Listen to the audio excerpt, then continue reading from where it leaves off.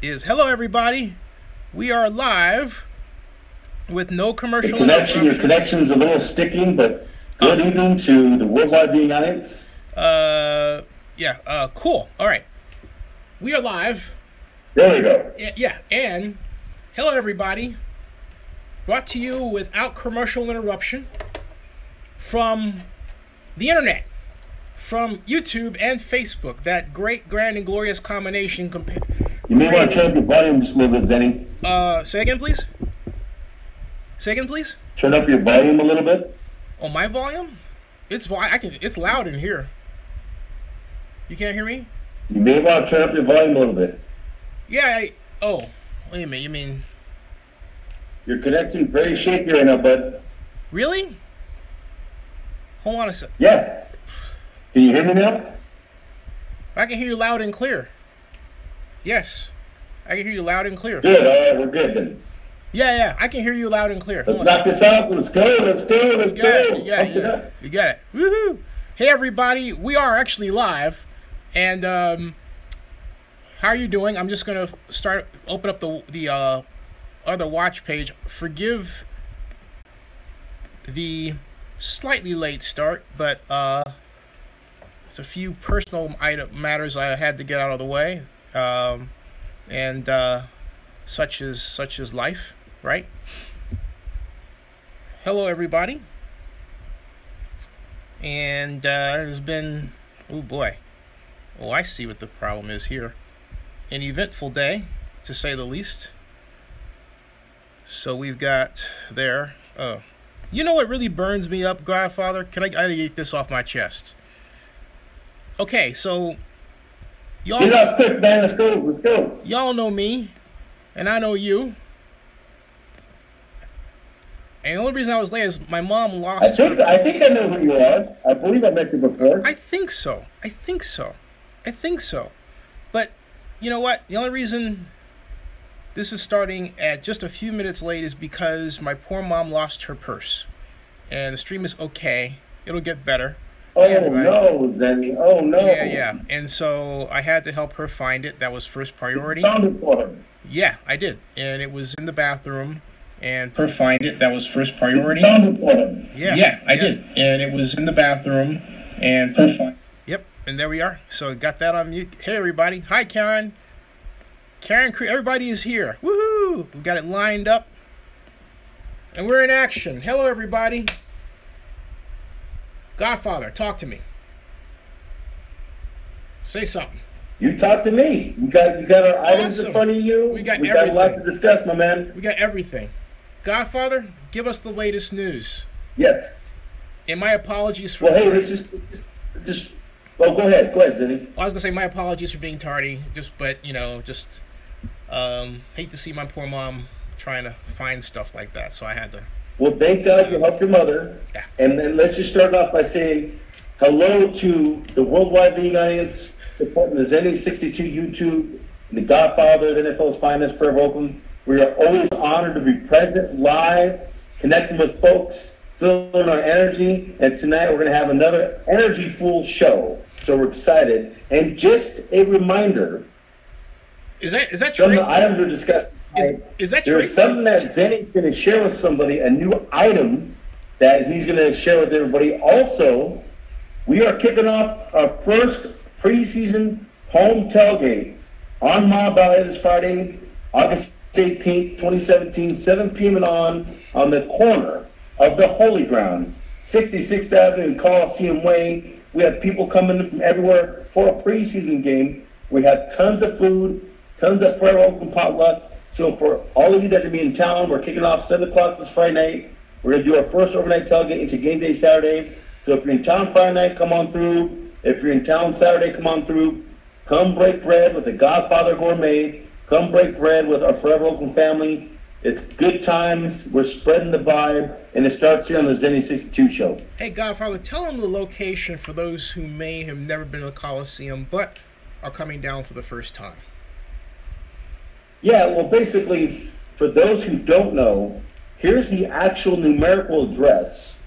It's 559 66th Avenue, Oakland, California, 94621.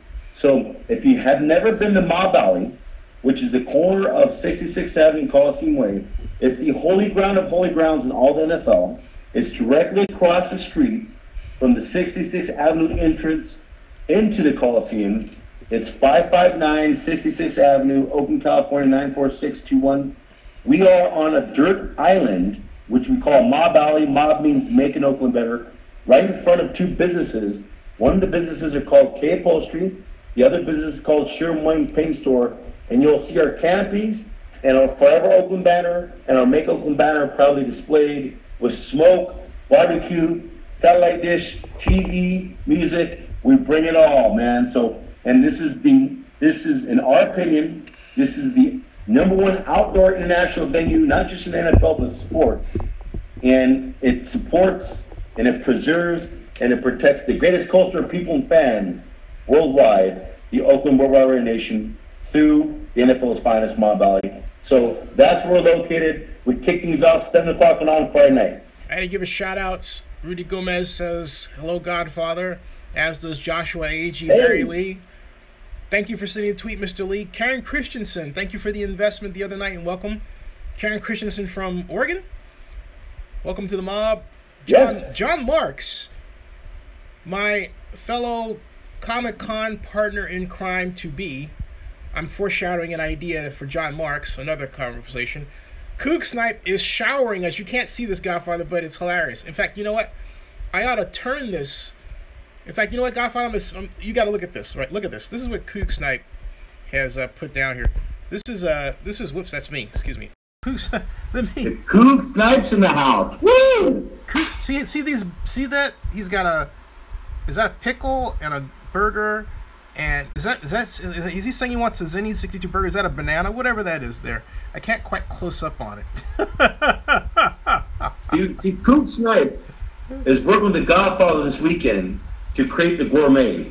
And so we're making sure everything's medium well on the grill. We're making sure everyone enjoys the food. But like I said, our tailgate is a Forever Oakland family affair. We welcome all potluck items of food, drinks, whatever's there. We always come stacked because we feed everybody. Let me just share that real quick. What I mean by everybody, our #1 priority since 1999, when we started the #1 overnight tailgate in the NFL, was feeding homeless people all night. So we have branched out with several charities. That's what we're called mob charities. But we always have extra for everything. So that's why if you're someone that can bring something, please do, because we'll feed you, we'll feed your family, we'll feed all of our supporters.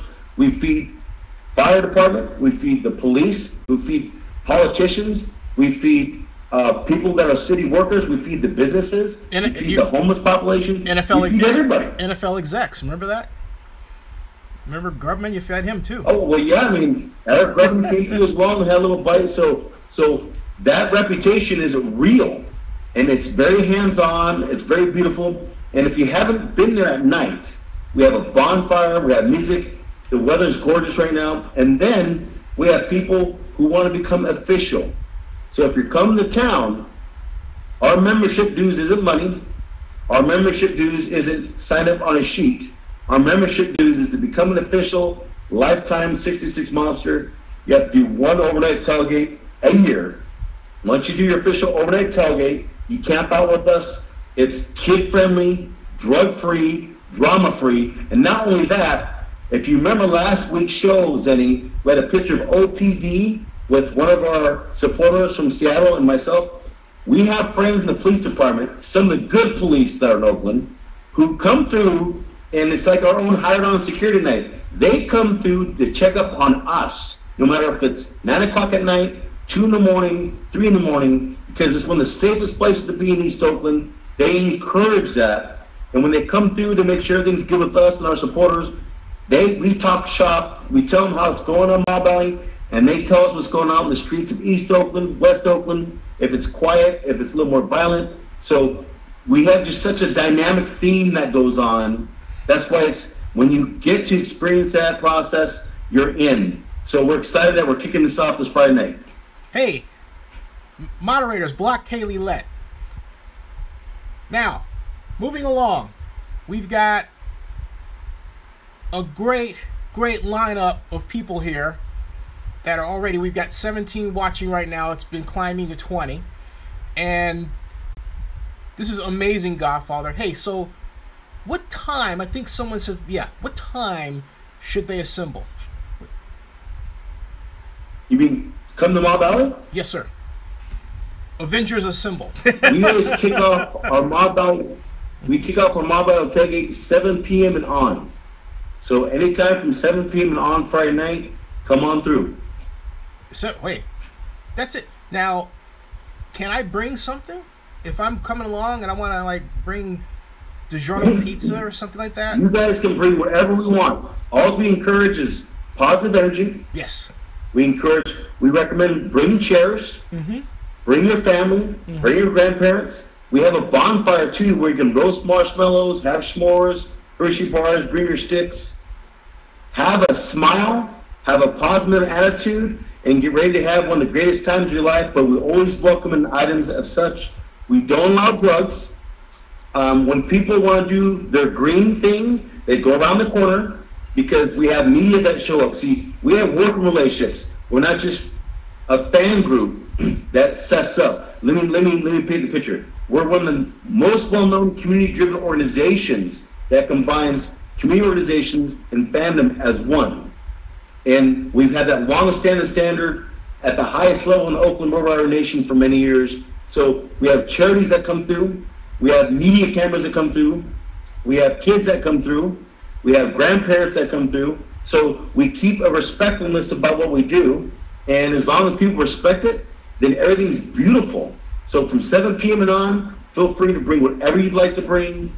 Bring as many people as you want. They have a good attitude. And we'll continue to support making Oakland better. Oh, a little housekeeping note. I mentioned blocking a Kaylee Let. That person is not a person. It is a troll pretending to be somebody who is below YouTube's minimum just to screw up our live stream, Godfather. So from a YouTube perspective. So they tried this last week on a show of mine, and I never seen that kind of interplay before. So what I did was I went back, I analyzed the pattern, I found the weakness of what they were doing, I adjusted it. I'm being deliberately vague in what I did because it's formulaic. And I basically now, I'm saying moderators, if you see anyone with a channel that has language like what you saw, immediately block them without question. There are, I believe, 3 moderators right now. There's John Marks, sure, Go Raiders, and Barry Lee. Do not wait for my permission, moderators. Simply chop them off. You have my orders to do that. Thank you. Now, let's continue. Awesome. You got it.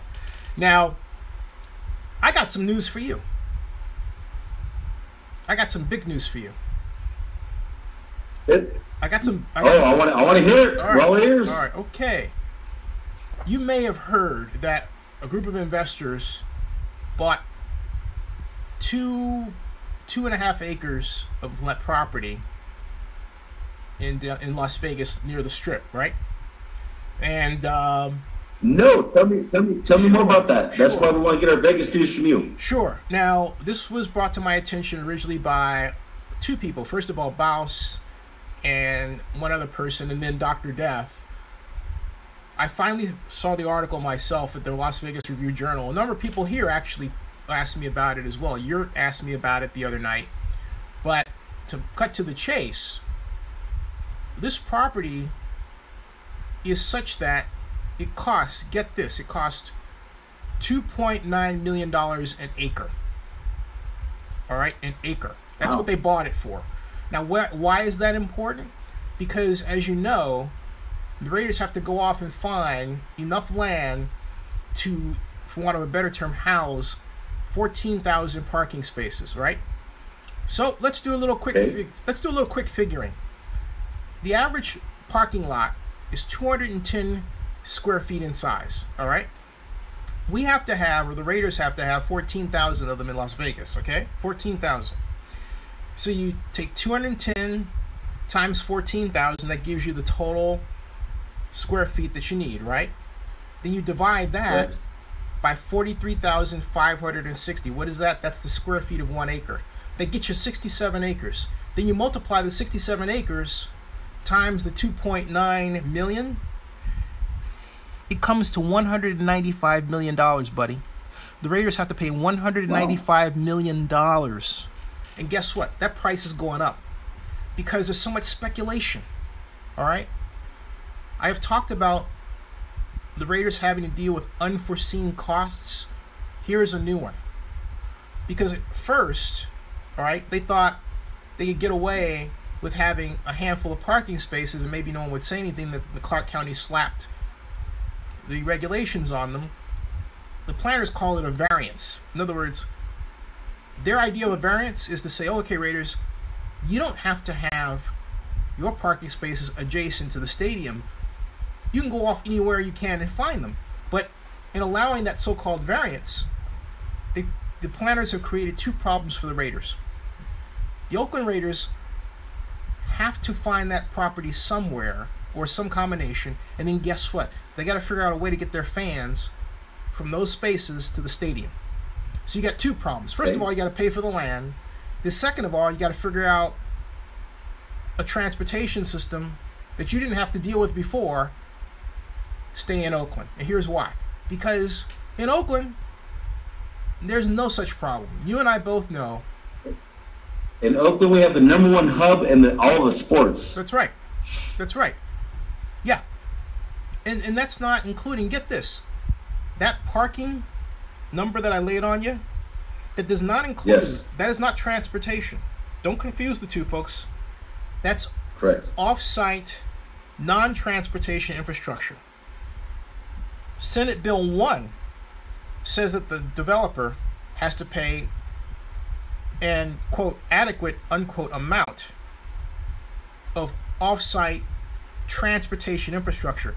What I'm talking about with you regarding parking is off-site non-transportation infrastructure, is parking. And then that doesn't include the streets and roads that have to be upgraded according to the Keamy Horn study. And no one's put a price tag on that yet. And yet NDOT has already put a price tag on their off-site transportation infrastructure costs at $900 million, part of which the Raiders will have to pay for, which I peg at $450 million. So you got $450 million on that side, $195 million on this side, okay? So you're looking at, wow, you're looking at almost $700 million right there. That is a chunk of change on top of the stadium construction cost, okay? Of, even if it's 1.7 billion, right? That's still 1.7 billion. You're looking at 2.4, 2.5 billion right there. And that's not including other costs as well. This thing is going north fast. Let me interject real quick. Sure. As we know, say any type of project, say if you're working on your engine, say if you're an old school garage mechanic working on your engine, I meddle with my own vehicle, and if there's something I don't know how to do, then I hire on one of my friends as a mechanic. Right. But when you start any project, sometimes there's always extra costs. That's just the way it goes. Now, what you're bringing up right now, and yourself and some of our fact finders that are part of our Forever and Core staff, they dig up a lot of this stuff, is just a continuance of how illogical that this whole process is in comparison to staying in Oakland. So this is just another example of egress and ingress, the #1 hub in all the sports, the parking and everything, and the culture. So the NFL, in my opinion, and Mark Davis, Mark Bedane, the way they're thinking about how they're approaching things is very, very off balance, in my opinion.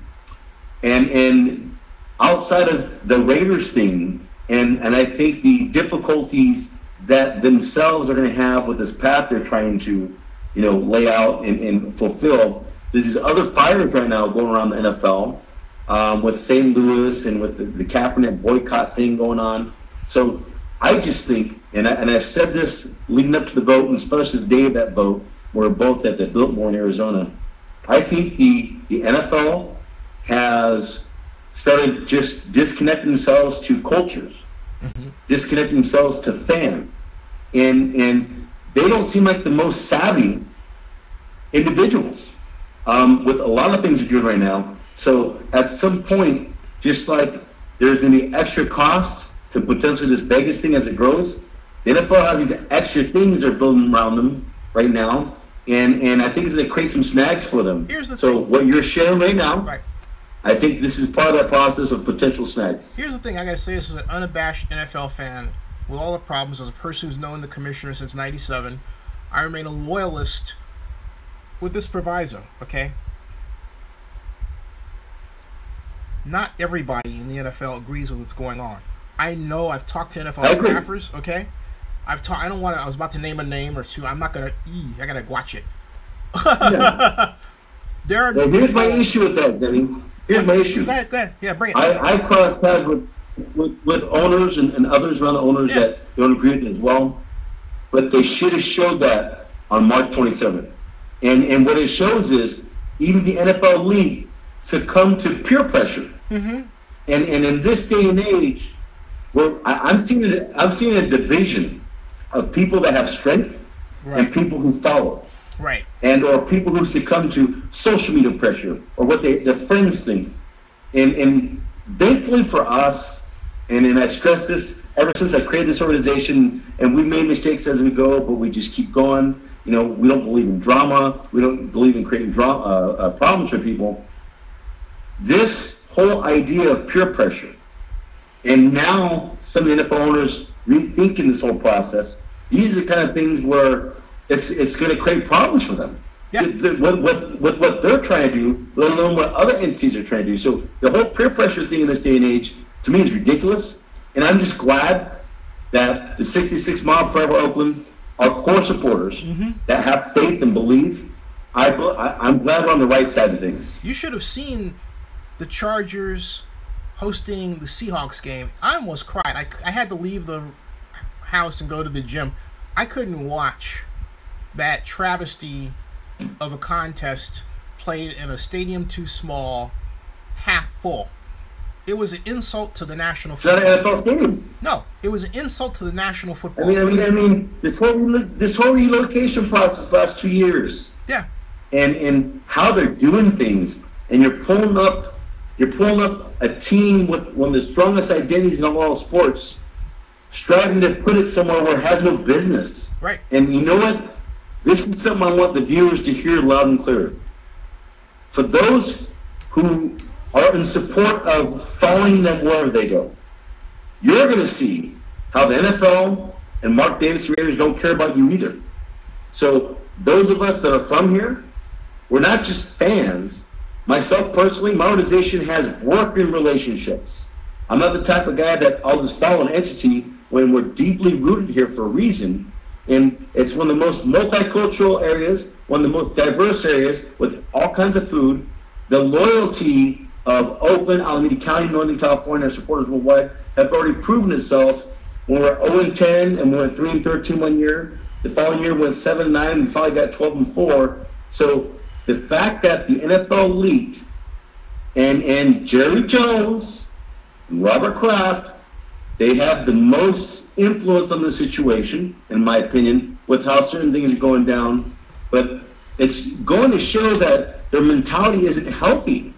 And they're losing the aspect of, they're forgetting about the fan. They're forgetting about our forefathers who paved this way for them in all NFL cities, especially those blue-collar cities. Yep. So right now, man, the NFL is sloppy. And it's not just because, obviously, I'm pro-Oakland and want them to stay here. That's a reality. And so other people, wake up, man. Open your eyes. We're not waiting for you to get done what we need to get done, but you, too, are going to be affected. And that's why we don't succumb to peer pressure, and we don't follow Mark Davis. We don't think he's a leader. Mark Davis is a nice man to me.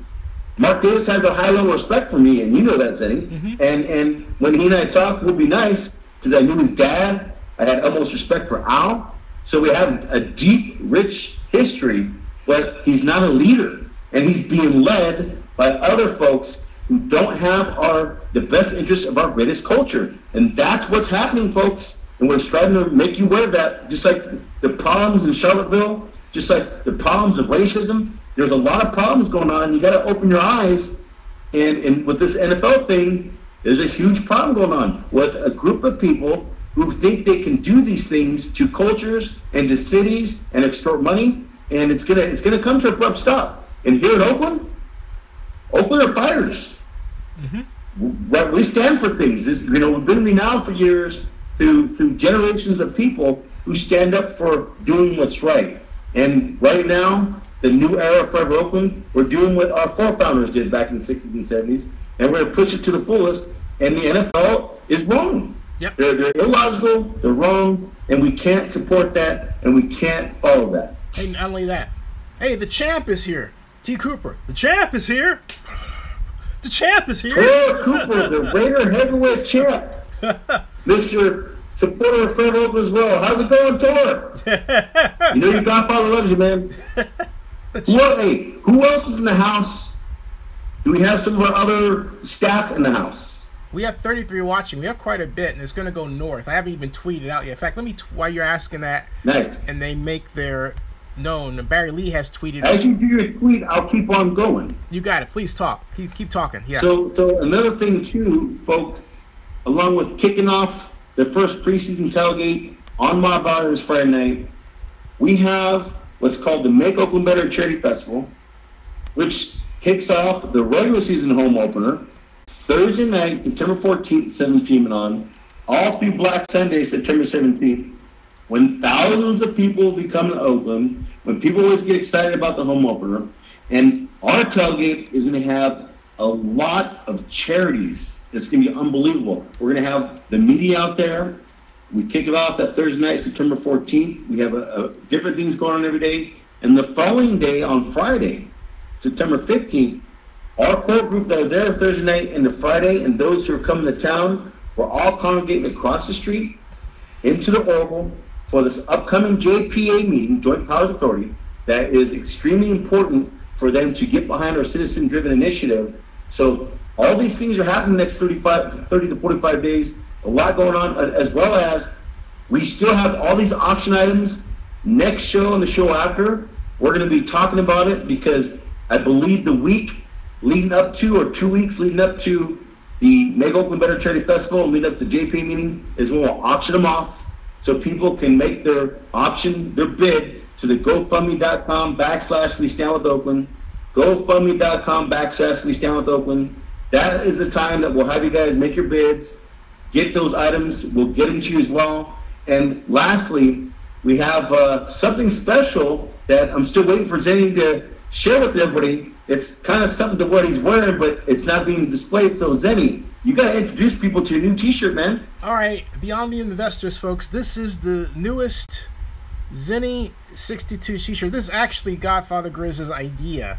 Well, actually what happened was I said, hey, it should be a t-shirt. He goes, yeah, that's a great idea. And I was kind of kidding. He was serious. And then I thought, why not? So, folks. That's it. But I digress. That's right. Here it is. This is, bear with me, folks. I'm going to show you I got to go back through the history to pull up the exact, excuse me. Now that we've crossed into midnight, I lost I got to go back to the previous day to get the history. All good. And just as Vinny's searching for it, here it is. Give the narrative. Here it is. We're in the main lobby, and at our 14th annual Just Tip Family Day. There it is. And all of us are just happy. Can you see that, Godfather? But I digress. And then Zenny just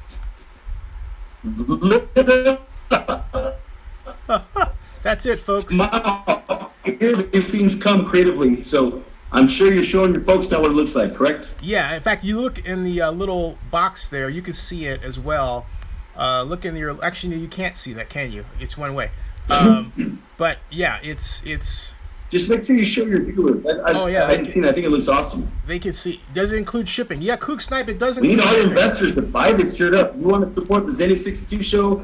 Buy this shirt up. It's originally Zenny. I mean, that's his quote. But I digress. No one else says "but I digress." That's why everyone in the Napa Valley Marriott in the lobby, we just lit up. We're like, there it is. Yeah, and let me tell you what I had to go through to make that shirt. It has my face on it saying "but I digress." All right. Teespring This is hilarious. Teespring, the company in San Francisco that has the website that has this neat software as service code that allows you to quickly make these t-shirts and put them on sale, right? Was under the impression that someone else was using my likeness and therefore cut off the campaign. Yeah. And I had to file a... Really? That's right. They accused me of a Digital Millennium Copyright Act violation, to which I shot back in what's called a DMCA counterclaim. That, wait a minute, let's get one thing straight. This is my face on my photo from my video, okay, from my YouTube channel to my account, and you're telling me I don't have the right to use my own face? So as I am wont to do, in fact, NFL Legal will tell you they learned a great deal from me about this. After I filed, I waited for about 24 hours, and sure enough, Teespring did the right thing and released the t-shirts. So now you can buy the t-shirts. Congratulations. Thank you. Not only is it only $22 or $10 less than the first t-shirt that Barry Lee bought. Thank you, Barry. But as Barry Lee received when he bought his shirt, which he proudly emblazons on his Twitter account, it counts not only as a t-shirt that you get, the shipping is part of the cost that you pay, but you also get shares in Zenny 62 Media. So you don't have to do you don't have to do one or the other. You get a 2-for-1. You get the shirt and you get shares on top of even the shares that you had. But I guarantee you it's a conversation stopper, because for people who don't know me, they're gonna say, who's that guy on your shirt? And then others are going to say that, but that I digress. And then I guarantee you at some point in their lives, they're going to wind up saying it. Well, and I just want to say congratulations. I think that's... Thank you. We're honored that what you and I do, and in our supporters, this thing is evolving. It's creating a ball of positive energy. And then coming out of it, there's ideas. And I do want to touch on something real quick. I want to shift gears, and we'll get back to it. Can I make one more? Kind of like the 7-day stretch. One more note, real quick, okay? There's 2 shirts you can buy. There's the one that Barry Lee has, which is at $22. That one, now, when I made this shirt in honor of Griz, I wanted to give him a percentage.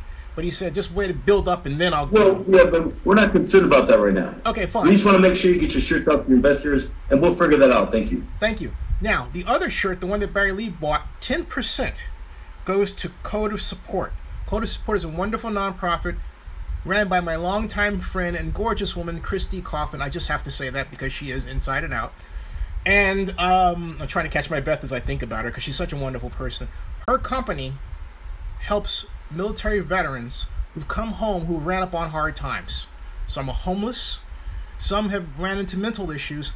Her company, Code of Support, helps them. So please, whatever you can do, support Code of Support. You can do that if you buy the shirt, the first one, not the one with my face, but the other one that Barry Lee has.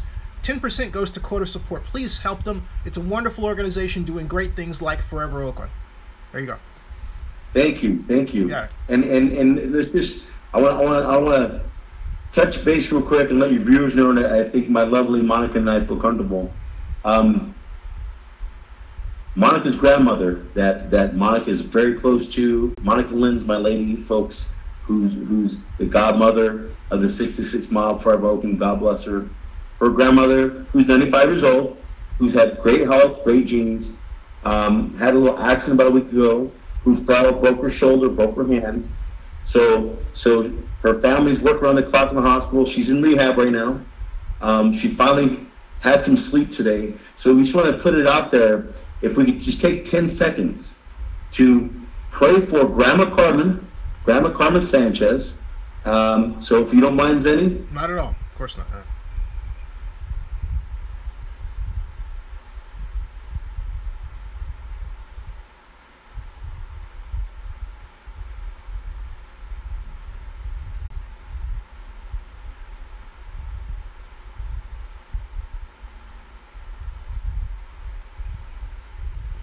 Thank you. Hey, and Monica Lynn, we have all of our supporters. 24/7 praying for Grandma Carmen Sanchez. We love her very much. And in lieu of that, we just want to remind people as well that we are going to honor her. We have these nice glasses that Monica Lynn's making. We have all kinds of goods that we're going to be sharing at our upcoming tailgate, at the home open tailgate. But God bless you, Grandma Carmen. We love you very much. And thank you, Zenny, for taking the time. Oh, thank you. Hey, welcome, everyone. Brad Brugman, welcome. And let's see here. Henry Flores says, and Brad Brugman says, lots of parking problems in Vegas. Henry Flores says, Godfather, I agree, culture should be upheld as our heritage. Nobody should be allowed to destroy our culture. It is wise to remember that our culture defines our existence. It makes us who we are. Monica Mayo says, stars, thank you. And John Mark says, the Zinni Burger, but I digress. Crawford says, Brad, if Ezekiel Elliott got less of what Tom Brady received, there'd have been a mess. T. Cooper says, welcome, Monica. And what I say, to which I say as well, welcome, Monica. Welcome, Monica. That's right. And, and so... in terms of the Zenni Burger, we're trying to work that out with the owner of My Faves Cafe in Berkeley, a friend of Zenny's named Marcellus. He's also a friend of the Boss Man. So we're trying to set some up where we want to let our supporters know to where the Godfather and any of our supporters here in town, and we're hoping we can do it when Zenny's in town, will go to Marcellus's place to have a show. His store hours we're going to have to work around, or his business hours, I'm sorry. So the show may have to go a little earlier than normal, but we'll figure that out because we're going to make it a spectacular moment of promoting the Zenny 62 burger. So we're working those details out as we speak. I just wanted to make sure I planted that seed. Thank you. Hey, this is awesome. I'm really excited. A burger, there's something a little strikes me as a little interesting in by the way, folks, as I do put the link down here, there we go, is if you think about it, Godfather, we've got my face on a t-shirt and the people eating a burger, to which somebody would say, you know what, Zinni, I just ate you today. Just like, it's like, no. Well, I thought it was funny. It's like, selling your personal stuff online, I don't know about that. Go ahead. No. You know the old saying when someone beats you in a debate, they say, I ate you for lunch, right? I'll eat you for lunch. You've heard that. Hey, it's all good, man. It's all good. Oh, I got to laugh. Hey, let me share something too real quick. In lieu of these next 30 to 45 days, we mentioned on one of our posts on social media last week that the last couple months, Forever Oakland, our core staff with Ray Bobbitt, who stands with We Stand with Oakland, we have created these committees that we already have a lot of leaders on, and we're welcoming more volunteers. And when we announced it last week, we did have some people on social media who want to volunteer. This is what it looks like to a degree. We're going to be talking about it more and more over the next few weeks. And each committee goes as follows. We have a rally signage committee. We have a fundraiser committee. We have a community charity committee, because we're all about charity and helping our community and making Oakland better and making others better worldwide. We have a political committee, because everything we're involved in entails all these aspects. It's not just one thing. And of course, we have an NFL committee. So we've really organized and orchestrated this effort, so you guys know it's not just people who are writing up posts. It's not just Zenny talking for hours. We have definitely congregated, organized, got together, really professionally to make this push to put as many of the right pieces in possible. And that's why we like expressing that to the Zenny 62 show. So for those of you who reach out to us, or you go to the Greg Jones, you go to Facebook at Greg Jones. I'm the Greg Jones that has the Forever Oakland logo. You go to Mob Charities on Facebook and or Forever Oakland. Reach out to us. Reach out to me. We'll let you guys know how you can become a volunteer on these committees, because this is a people power driven situation. And just like one of your supporters just said, it's all about our culture. Yeah, it's all about the preservation and protection of our culture. And as those committees I just mentioned, we're talking rallies, we're talking fundraisers, politics, NFL, and charity. So we've really organized, and every event that we're involved in, like the tailgate this weekend, the 3-night, 4-day tailgate Mega Oakland Better Charity Festival, the JPA meeting, even the Oakland A's game. We combine all these elements. Go ahead, Zenny. You're going to say something. Yeah. The moderator, Barry Lee, asked when it was the next meeting regarding both Vegas and then Oakland. And you alluded to the September 15th meeting at the Oracle Arena with the Oakland Alameda County Joint Powers Authority. Right. But there's also not just this Thursday's Las Vegas Stadium Authority meeting, which on the agenda is, among other things, the Bank of America financing discussion, but also that Wednesday is the Clark County Planning Department meeting at the Clark County Board of Commissioners. So you have 2 meetings this week regarding Vegas, both pivotal in terms of what we're going to find out regarding where the stadium is. Let me give you a picture of where we are at right now. First of all, there is no development agreement done. Okay? We don't know where the UNLV agreement is. Okay? We don't know where the construction labor agreement is. Okay? We will find out more about the non-relocation agreement on Thursday. This is August 14th. August 14th, September 14th, October 14th. It gets that long. October 1st is when they have to have all this stuff lined up. And folks, I'm telling you, I don't think they're going to be able to do it. If they pull it off, it's going to cost extra money and a mistake's going to be made. But they need to have all of these documents buttoned up by October 1st if they realistically expect, they being the Oakland Raiders, realistically expect to build a stadium in Las Vegas by 2020. There are 2 deadlines, as I've said before, but this is new to Godfather. There are 2 deadlines, Griz. The first deadline is the deadline the Raiders have if they want to build a stadium by NFL 2020. Why is NFL 2020 so important? It's the centennial of the National Football League.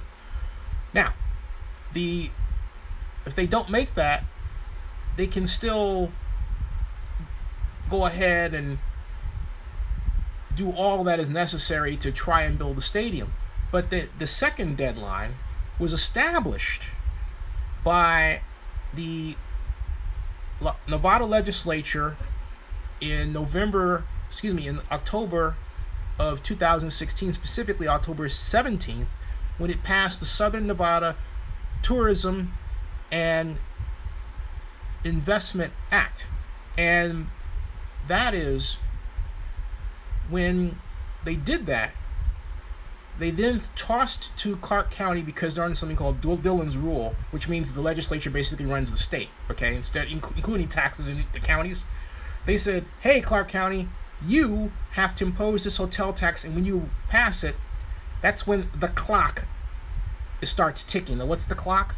The clock is an 18-month time frame spelled out by the same SNTIA, Southern Nevada Tourism and Investment Act, Improvement Act, that says the Raiders have 18 months to complete all documents and all necessary agreements toward building a stadium, or it reverts to UNLV.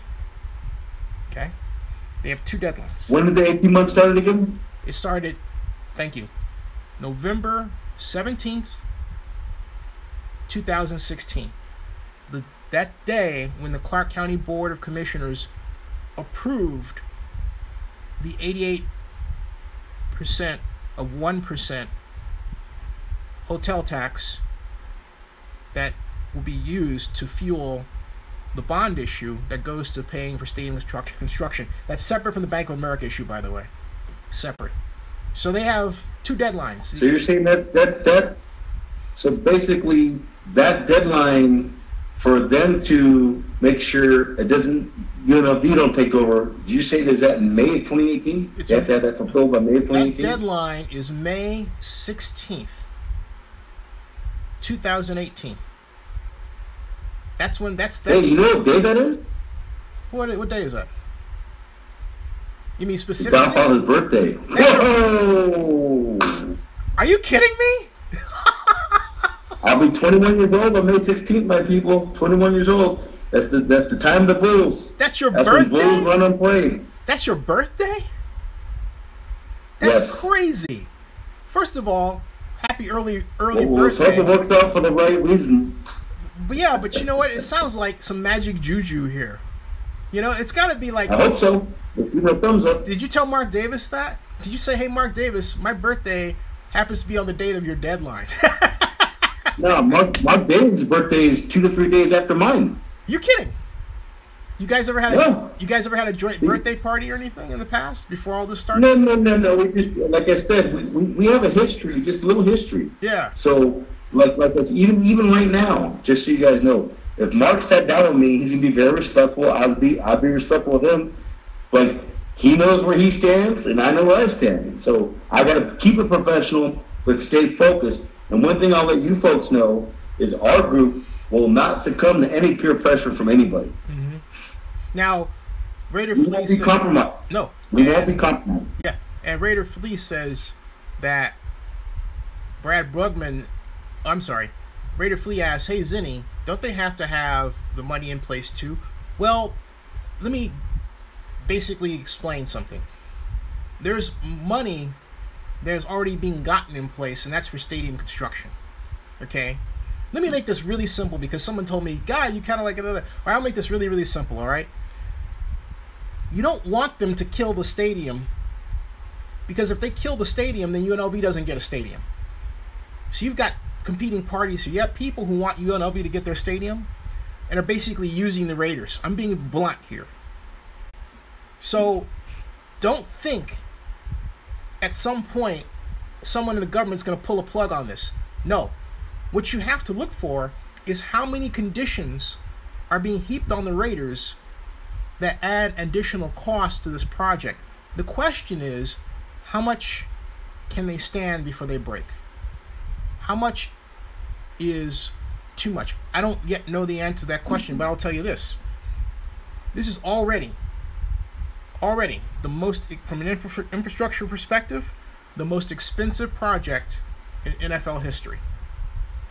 Because no other project has had this range of changes and plan changes and interchanges, addition of high occupancy vehicle lanes, parking, and the other adjustments we've heard about, like this project.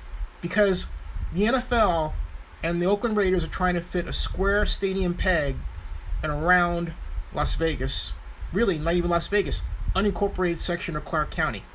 That's the problem. There you go. Well, it sounds like if the NFL would have been wise, first and foremost, they wouldn't even mess with Oakland. Okay, they would have taken advantage, and Mark, they would have forced Mark to stay. Yeah. So what they got themselves is a person they're guiding, so the NFL can land in Vegas. Remember this, folks. The perversion of that, led by the NFL elite, they don't care about the fans in this process. They don't care about cultures. We're an example of that. So it's not just like, oh, they're doing it to Oakland. Well, we have the greatest culture of fans. So the NFL is really, really just going away from how they built this league. This is a prime example. And if they were wise, they wouldn't even have no business being in Vegas. But number two, if you're going to land in Vegas, you want to get one of the richest owners.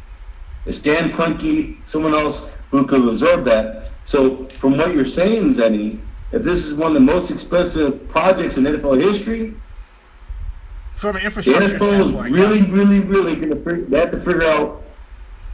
They have to figure out how expendable Mark Davis will be if things don't go the way they want it to go.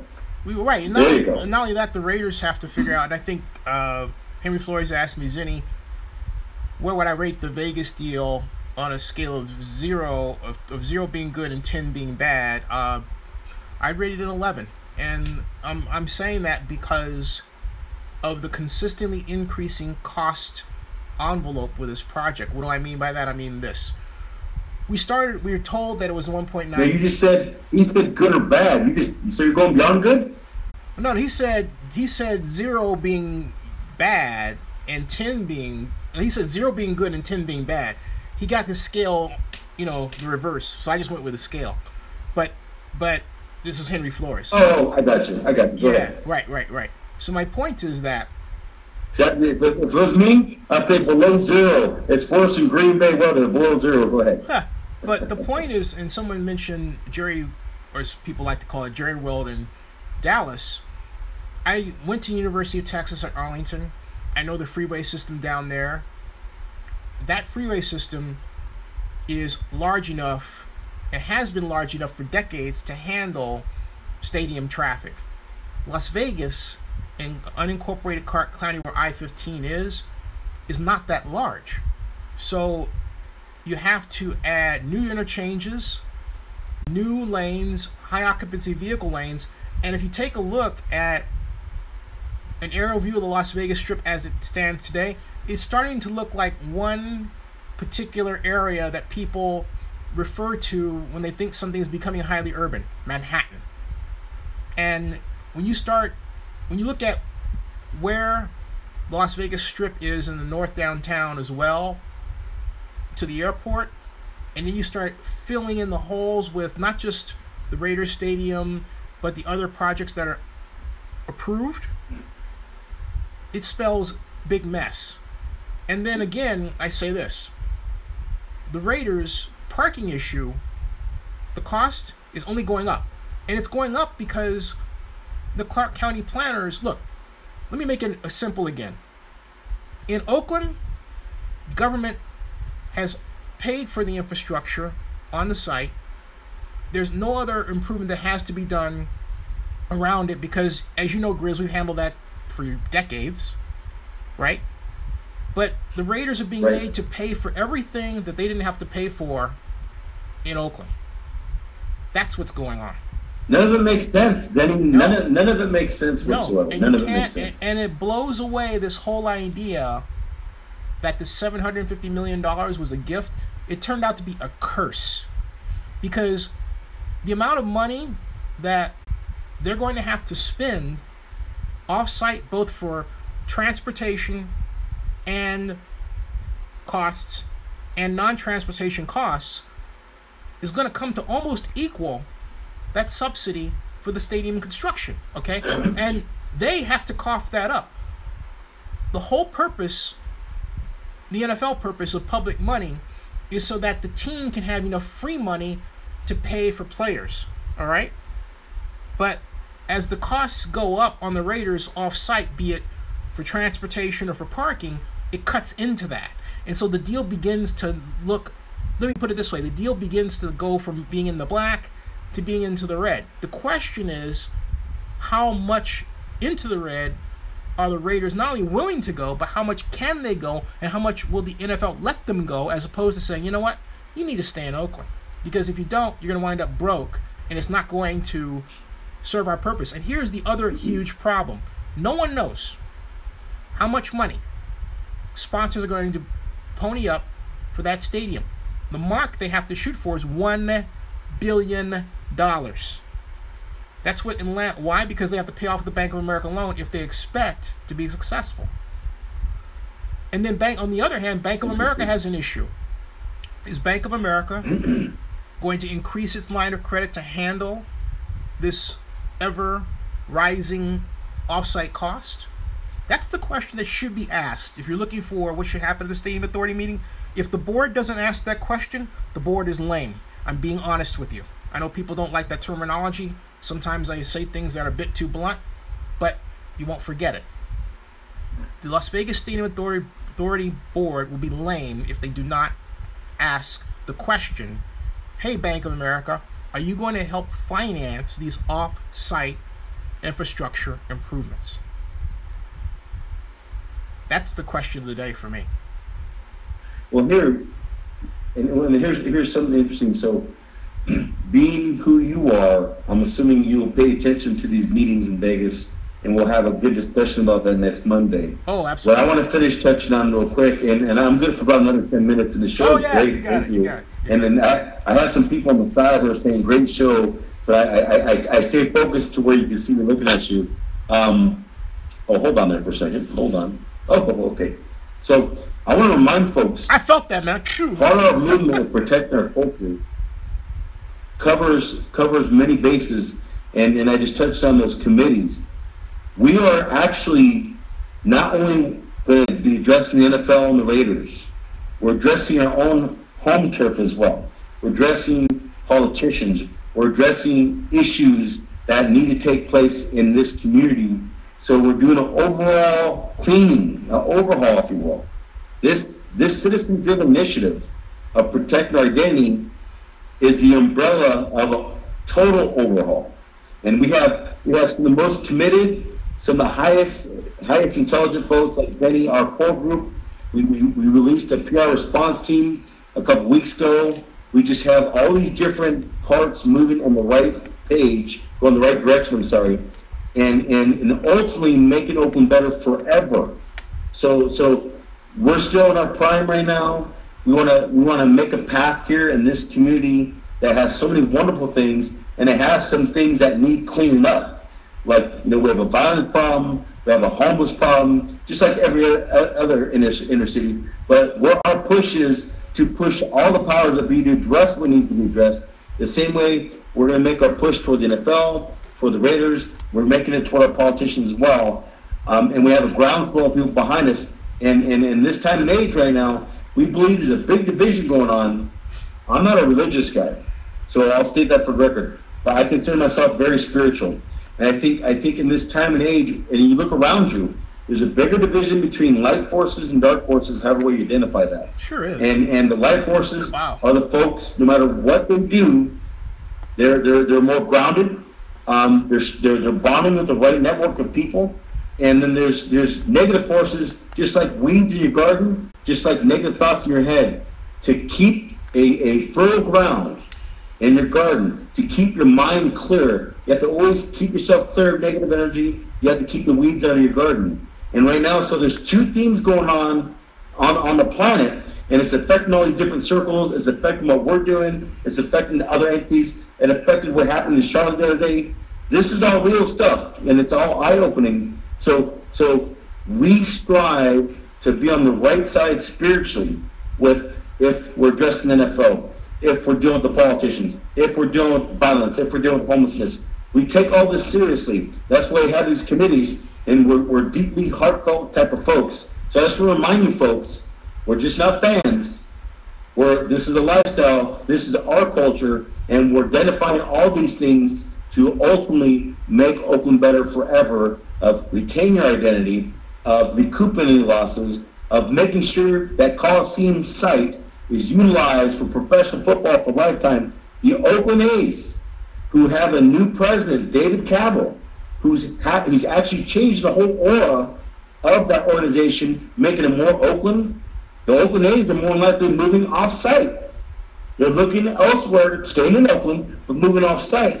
So that piece of land to us is a treasure. It's more than land to us, and it connects all these different things I just discussed. How it provides jobs for the local citizens, how it keeps our pride, so our children and grandchildren can walk around with pride in this new era of Forever Oakland. All these things are important, and once again, we're one of there's other communities like ours, but we're one of those few communities where all these races come together as one. Yep. I mean, I go down the street in my neighborhood, and almost every type of food I can eat. I'm lucky. I get to choose if it's Chinese, if it's Indian, if it's El Salvadorian, if it's Latino, whatever it is, if it's Southern. So this culture is so rich with talent. Go ahead, Zen. Or fusion of cuisines. Asian, yes. French. So all I'm saying is we just want to stress to you folks, Afro-Asian. Our people are putting in the work, man. We're putting, we all have jobs, we have homes, we have kids, we have grandkids as well, but we're putting to work with all these committees of making Oakland better, addressing the National Football League, addressing the Oakland Raiders, addressing our politicians, and addresses all the issues here on the home front together as one. Go ahead, Zenny. Is that form online, your show? Can one find that online? That one. Yeah. Is that online? Well, that's on one of my posts, and what I'll do is I'll send it to you. Next week. You know what? Hey, Griz, send it to me I'll make a PDF of it so that people can download it. Easy peasy. Yeah, we actually, I think we have a PDF of it. Okay. But I'll send it to you so you can show people for sure. Yeah, that way they can download But I did show it. If I know that you don't always use Facebook, but I use Facebook and Twitter, and just a reminder, folks, I know people use social media for different reasons, just like guns. I'm a believer in the usage of guns. I grew up around guns, but I learned to respect it. I feared it. You know, my father, when he was around, the few times my dad was around, he taught my brother and I, my sister, respect this. And he had lots of them. And he took us out. He took us out camping the few times he was around.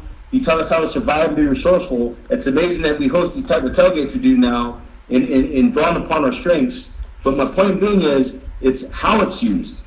The gun's not the problem, and social media is not the problem. So we use social media for strictly promotional purposes to preach this greatest culture of all these different things we're addressing that we're sharing with you.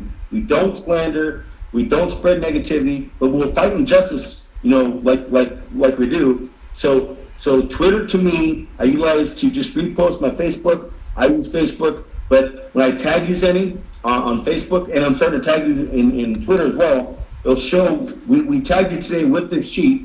So if you can grab it from there, great. But if not, I'll send you the copy, and you do your PDF thing. That's right. Hey, folks, stick around for about 5 minutes after Griz, and I'll go through some programming notes and announcements for the week coming up, because I've got some ideas I want to share, in large part inspired by a conversation that I had with you, Godfather, and you know about that.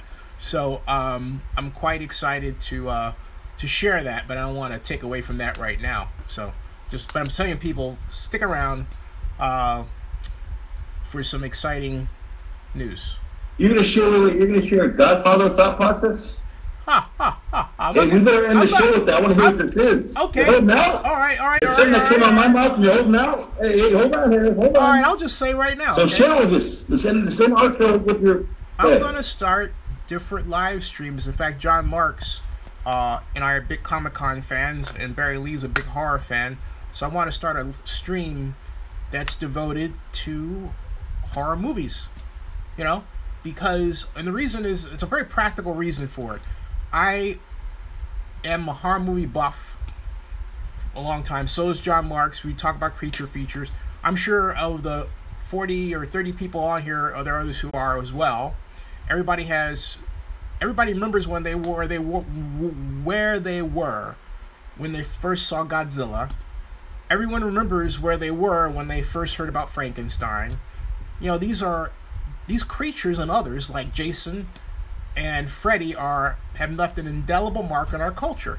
And I tell you, when I covered Comic-Con, I was tickled pink by the fact that you can go to Zenny62 and type Kane Hodder.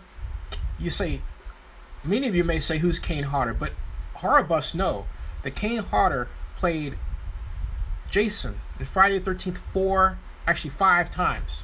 5 times. I had the distinct pleasure of sharing a stretch Hummer limo with him, R.A. Millenhoff, who played Leatherface in the Texas Chainsaw Massacre, and Danielle Harris, the Scream Queen of the time, who starred in the Halloween remakes, as well as Michael Bihn's wife, Jessica Biehn, and others, including Adam Green, who made this movie series called Hatchet. Hatchet 1, Hatchet 2, Hatchet 3. So my idea is to have a live stream based on that. And the other reason is that I get a lot of press releases from publicists representing horror movie producers. And I thought, it'd be great to be able to talk about, like, for example, the ice cream truck. Megan Friels Johnston's movie that's actually coming out this week, August 18th. And I interviewed her right here at Zenny62. So, but thanks to you, Godfather, you unlocked some ideas in my head, building this into different channels.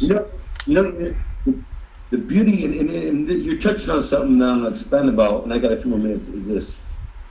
When you connect, not you, just people in general, us, our connection, and the people we deal with, when you connect with vibrant people, when you connect with people who are creative and they have good heart, and they're hard workers. These type of light bulbs turn on. And sometimes they turn on when you're not expecting it. And that's why if we had a video camera on us 24/7, because sometimes we forget things, we can always go back or record and say, oh my God, I remember that idea. Yeah. But I call it the mastermind principle. That term I first read about through Napoleon Hill. Have you ever heard of Napoleon Hill's any? Yeah, sure have. Yeah, I have. Okay, so our audience knows Napoleon Hill is like the grandfather of positive motivation, books, success that spurred on the Anthony Robbins and everyone behind him, the Og Mandinos. He was one of my first influences through books, The Law of Success, Think and Grow Rich. So I recommend. His era was in the early 1900s. He was commissioned by Andrew Carnegie, the major steel mogul back in the day, to go out and hang out with some of the most richest people and see how they tick. So some of these things are older, but some of these things are eternal, work to this day. And I always remember the mastermind principle. And that's when you just get a conglomeration of people together and you guys blend your energies for a definite purpose, and that's what we're doing right now. Yeah. So when you surround yourself with that type of people, light bulbs like this turn on. And just let me stress one last thing too. Remember, folks, this Friday night, 7 p.m. and on Ma Valley, August 18th. Come on out if you're in town up until game day.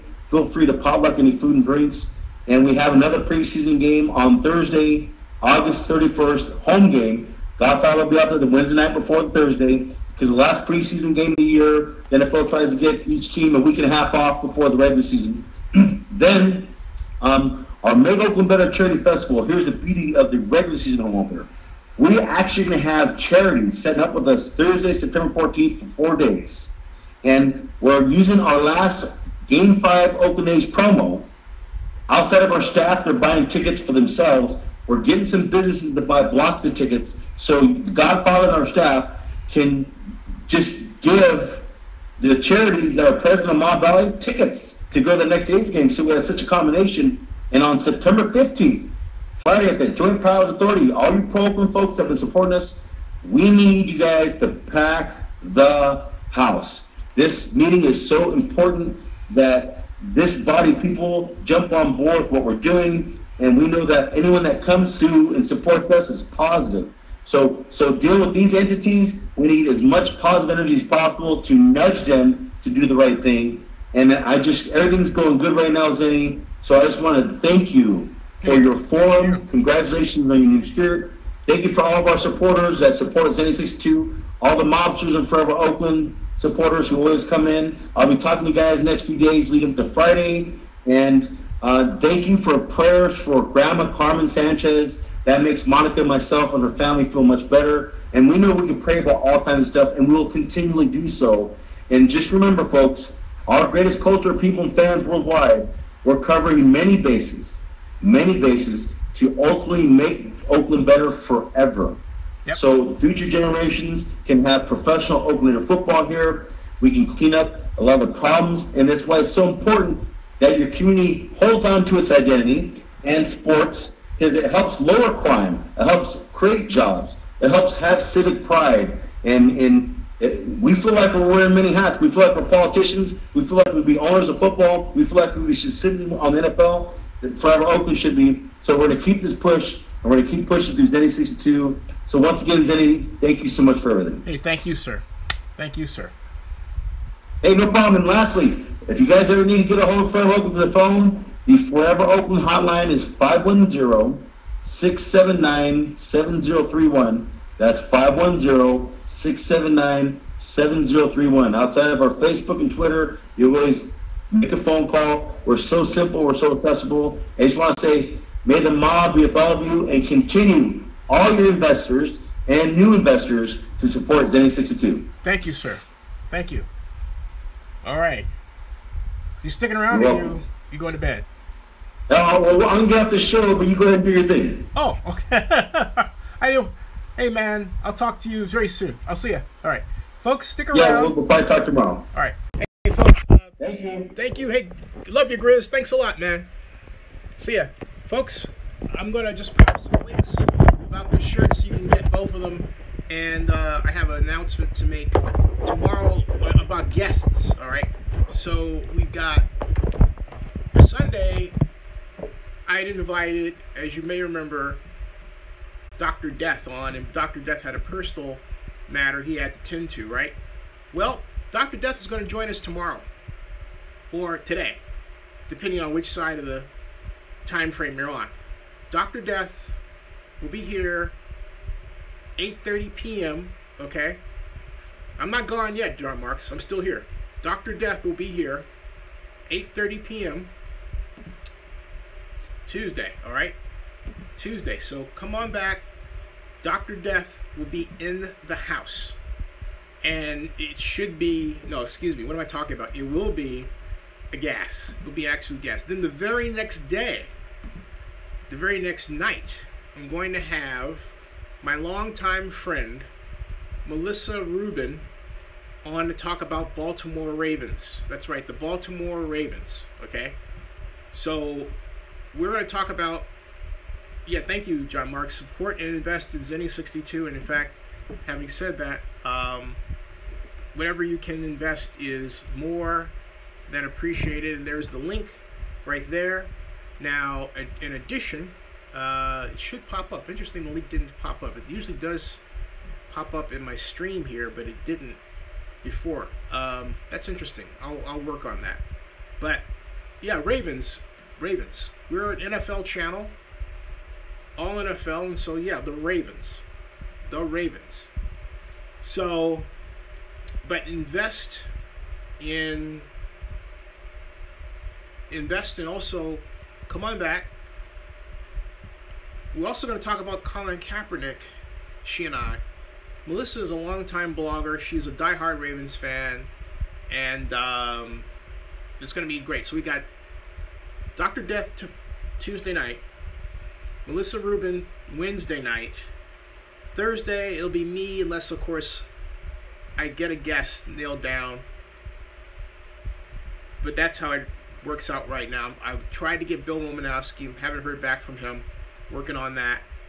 Oh, t-shirts. For those of you who want to get a Zenny62 t-shirt from Teespring, here is the Zenny62. If you want to get a t-shirt that says "But I digress," that's the link. It's $22, shipping included. Shipping included, okay? Right there. Shipping included for Teespring, all right? So, interesting, I don't see these coming up in my stream. Do you guys see this coming up in your stream? In your, well, I think I know what the issue might be. Do you see this coming up in your stream in your, on your phones if you're using your phone? Is this coming up? Oh, you see the links? Okay, good. Okay. For some reason, it's not coming up in mine. Usually it does, but today it's not. Crawford says, since you said Ravens Zenny, I never said Joe Flacco was an elite quarterback. That was Rick Rice, who's not here, who said that. And Rick Rice said that Joe Flacco was an elite quarterback. But wait, let me take that back. I did say Joe Flacco was an elite quarterback. You know why? He has a ring. He has a Super Bowl ring. He has the numbers to prove it. Joe Flacco never gets the respect he deserves, in part because of all the offensive coordinators the Ravens have had. In fact, I'll bring that up with Melissa Rubin. Is Joe Flacco an elite quarterback? I say he is. So, there you go. Now, on the matter of Vegas, again, we got a big Vegas week. I'm trying to dig and find out as much as I possibly can about what's happening. And, oh, by the way, thank you for your investments. If I can, I'm really interested in growing this channel. John Marks, I don't know if you're still here. You may have been one of those 23 that, we had 40 at one point, then they dropped off. Tomorrow's going to be huge with Dr. Death, I'm telling you. Huge. But, Henry Flores says, oh, you're here. Great, John. Henry Flores says, Zenny, I have seen the Raiders replay and Sean Smith is struggling. Do you think we should address this via free agency? No, I don't. And I'll tell you why. Alex Barbosa. Hey, Alex. Hey, man, you were here and now you're leaving. Oh. No, I don't. Patrick Blackman. He says, too much emphasis is put on rings. May I say Trent Dilfer? Except that, may I say, game manager. Trent Dilfer did a great job of being a game manager. He knew his role, and there's a lot to be said for that. Setting the table for the great Ravens defense. And yes, I did say it that way, deliberately. And John Mark says, Derek Carr is elite quarterback to beat. Well, will he ever get there? I really have this fear that Derek Carr will become that quarterback we always hope gets a ring, but doesn't get the ring. And it won't be his fault. It'll be because the Raiders lack a championship defense.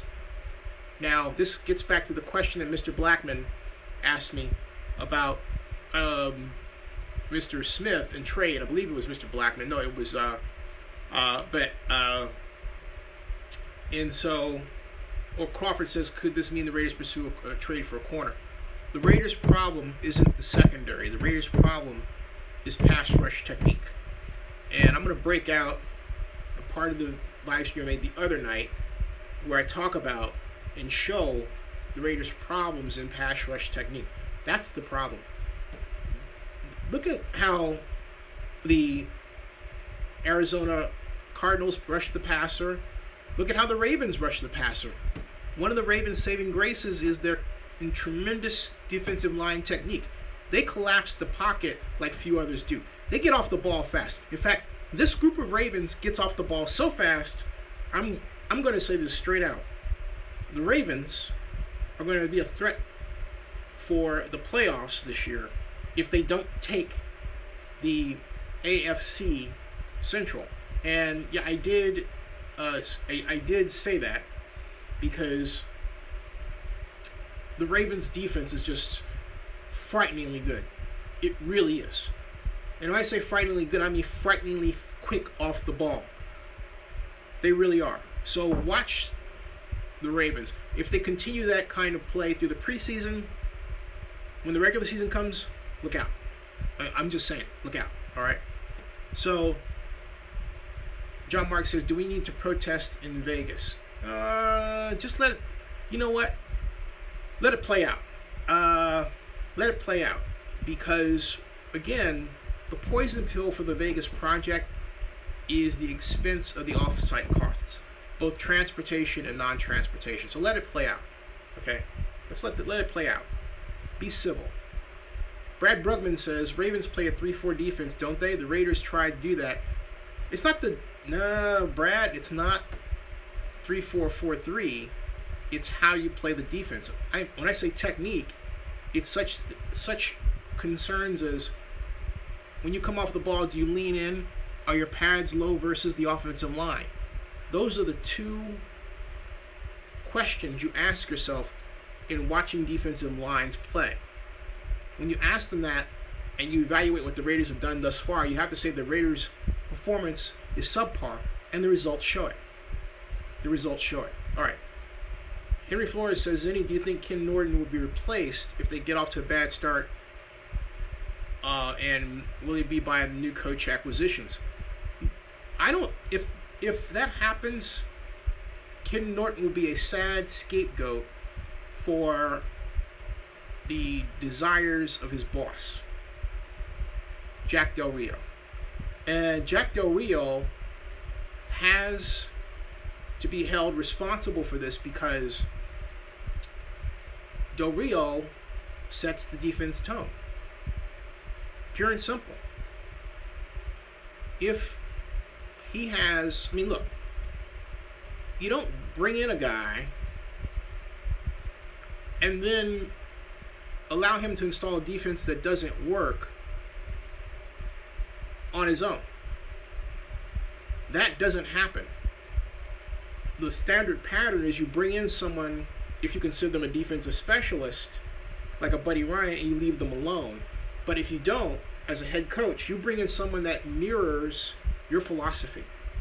Ken Norton mirrors Jack Del Rio's philosophy. And therefore, we have to assume that part of Jack Del Rio's philosophy does not include rushing the passer in that way that I'm talking about. Perhaps because of his own experience as a player and his desire to be ready at any time to stop the run. Philosophically, you have to have technique that reflects that. My contention is that technique doesn't work properly in today's NFL. That's all I'm saying. All right, folks, it is 12:52. I'm going to go to sleep. I am exhausted. This has been a exhausting day. We've got a big later date coming up with Dr. Death. I got to get ready.